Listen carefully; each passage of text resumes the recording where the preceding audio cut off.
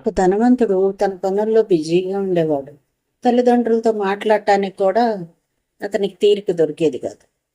ఓసారి తల్లికి అనారోగ్యంగా ఉందని హాస్పిటల్లో చేర్పించింది. ఆ తల్లి, నాన్న నీతో కలిసి ఒక్కసారి భోజనం చేయాలని ఉంది నాన్న అని అడిగింది. ఇప్పుడు కాదమ్మా, నాకు అర్జెంటుగా మీటింగ్ ఉంది, తర్వాత వస్తాను అని వెళ్ళిపోయింది.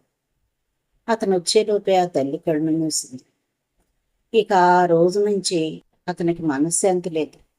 డబ్బు, హోదా, గౌరవం అన్నీ ఉన్నాయి. కానీ ప్రతిరోజు అతను ఆ అమ్మ చేతి ముద్ద కోసం అల్లాడిపోయేవాడు. ఏంలా, అంతే కదా. డబ్బు సంపాదిస్తావు, కానీ పోయిన బంధాలు తిరిగి రావు కదా. ఆ బంధాలు ఉన్నప్పుడే ఒక్క క్షణం ఆ బంధాన్ని గురించి నువ్వు ఆలోచిస్తే ఈరోజు ఆ బాధ అతనికి ఉండేది కాదు. మీరేమంటారు?